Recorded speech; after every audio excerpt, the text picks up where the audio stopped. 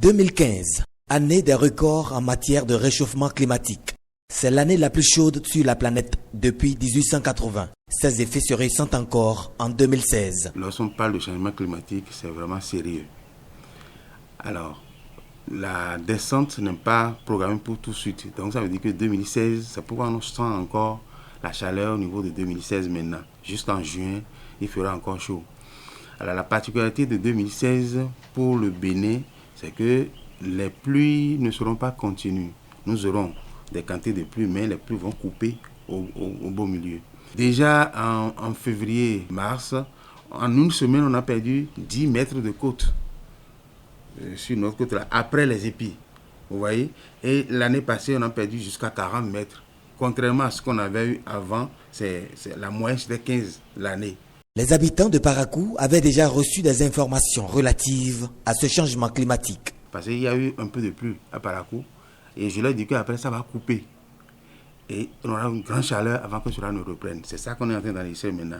Par conséquent, la sécheresse menace et il faut envisager de nouvelles méthodes culturelles adaptées, notamment la mise en terre de plants à cycle court. Le maïs de 70 jours et non 120 par exemple. Là, ça permet, quelle que soit l'intensité de la pluie, la quantité de pluie qui serait tombée, le maïs va arriver à maturité, un poil à récolter en attendant. La différence, c'est que ces maïs-là ne permettent pas vraiment de traverser correctement la période de soudure. Mais c'est mieux que de mettre le maïs de 120 jours et qui est sécheresse et qu'on perde le tout.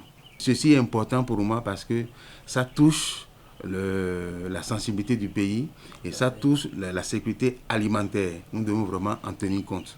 Les villes ne sont pas suffisamment arborées et certains de nos comportements contribuent à la destruction de la couche d'ozone. Que chacun sache que l'utilisation des gaz à effet de serre, tout ce que nous utilisons comme produit de pétrole, issu du pétrole, et qui donne des gaz à effet de serre, nous devons les limiter. C'est vraiment important.